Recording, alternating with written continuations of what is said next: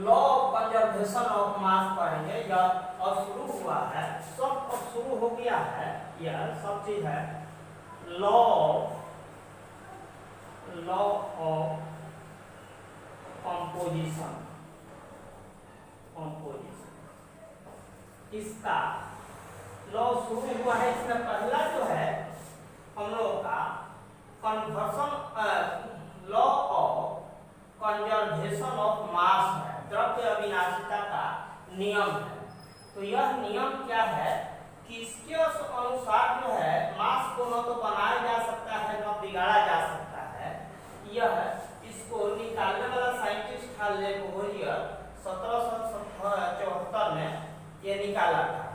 ये कोई जरूरी नहीं यहाँ साइंस का नाम लेना, जीके पढ़ाने वाले पढ़ाते हैं, जीके वाले बहुत केमिस्ट्री जानकार होते हैं। यह इसमें केवल इतना साइंस में हम लोग लिखे हैं, कोई जरूरी नहीं लिखना है। This state that mass neither be created nor be destroyed. इसको एक प्रकार से और कह सकते हैं ड्यूरिंग ए केमिकल रिएक्शन या ड्यूरिंग एनी फिजिकल और chemical change the mass of reactant is equal to mass of product। किसी भी भौतिक या रासायनिक परिवर्तन के कारण प्रतिकारकों के मास में कोई परिवर्तन नहीं होता है। एक एग्जाम्पल लेकर हम लोग देखें। Let us consider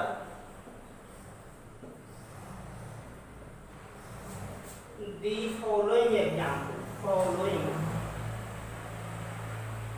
example.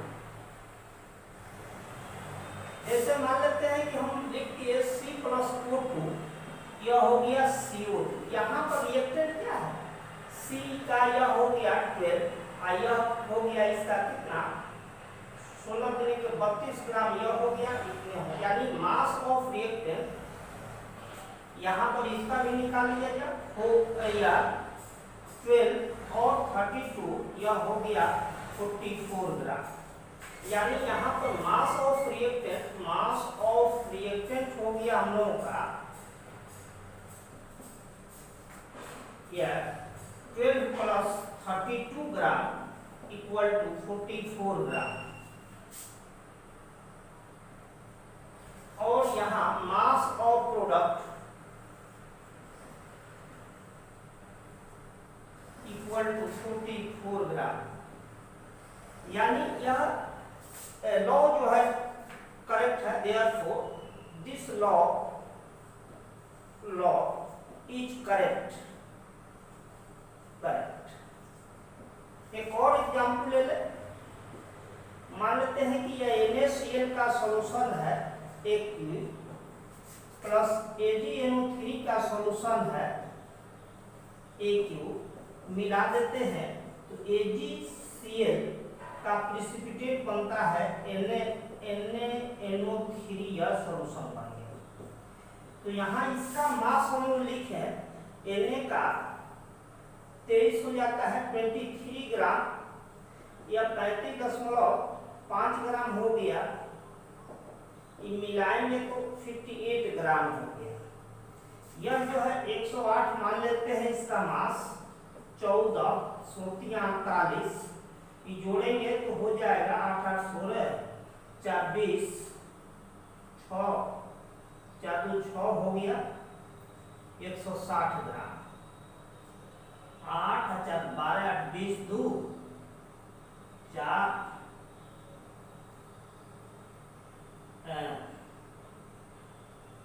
यह हो गया 1,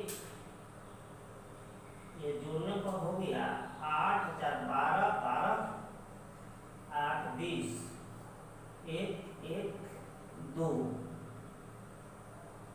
120 ग्राम मान लेते हैं कि यह हो गया। इसका मिलाएंगे तो हो गया 108 प्लस 35.5 इक्वल टू हो गया 5, 8 5 13, 3 1 4 143 ग्राम। यह हो गया 23 प्लस 14 प्लस 38, जोड़ेंगे तो 8 4 12 हो गया 8 4 12, 3 15, 4 1 5 2 7 1 8, 85 ग्राम हो गया। 8 4 12, 3 15, 4 1 5 2 7 1 8। अब यहाँ मास ऑफ रिएक्टेंट हो गया हम लोगों का 58 प्लस 120 8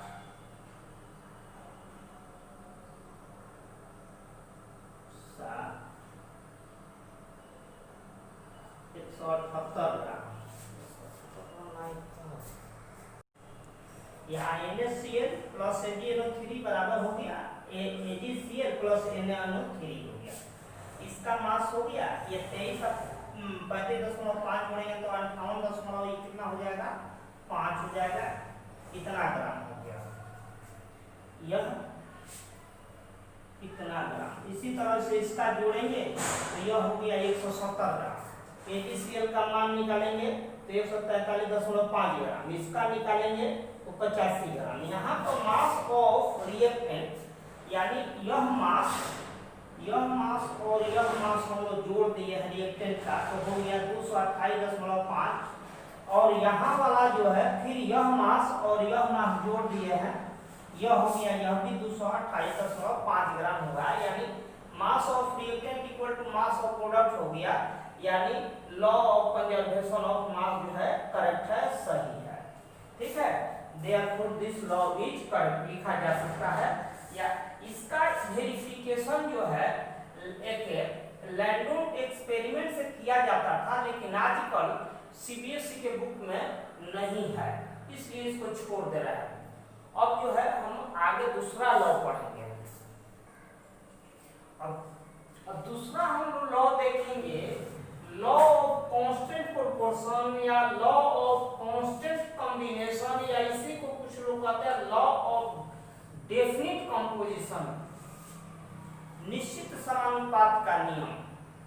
यह क्या है, इसको निकालने वाला this law put forward by Joseph Proust in 1779 में, इसकी कोई आवश्यकता नहीं, छोड़ देंगे। यह क्या है law, this law state that in a compound elements always combine in a fixed ratio। बस इतना ही शॉर्ट में यह बताता है कि किसी यौगिक में जो है किसी कंपाउंड में एलिमेंट जो है हमेशा एक फिक्स रेशियो में होता है, एक कांस्टेंट रेशियो में होता है, या उसी को हम थोड़ा सा दूसरे ढंग से बना दिए हैं और वैसे भी कह सकते हैं a chemical compound taken by any sources but the ratio of combining elements always be same। किसी भी सोर्स से कोई कंपाउंड प्राप्त किया जाए लेकिन उनमें एलिमेंट्स का तत्वों का जो है रेशियो जो है हमेशा नियत होता है, सेम होता है। जैसे पानी ले लिया जाए वाटर H2 एग्जाम्पल ले लिया जाए तो H2 नल का जग से ले लिया जाए, डिस्टिल वाटर ले लिया जाए, कुआं का पानी से निकाल लिया जाए, रिवर से निकाल लिया जाए, कहीं से निकाला जाएगा तो उसमें हाइड्रोजन और ऑक्सीजन का अनुपात देखेंगे तो 2:16, तो मतलब ये 2 ग्राम IO का 16 ग्राम, 2:1 हमेशा यह इतना ही आएगा वाटर में। इसी तरह से इन CO2 देखेंगे, इन CO2 किसी तरह से लीजिए, एयर से लीजिए, CaCO3 को गर्म करके बना लीजिए, CaCO3 पर Cl डाल कर बना लेंगे, CO और हाफ O2 का रिएक्शन करा कर बना लेंगे, कहीं भी लेंगे इसमें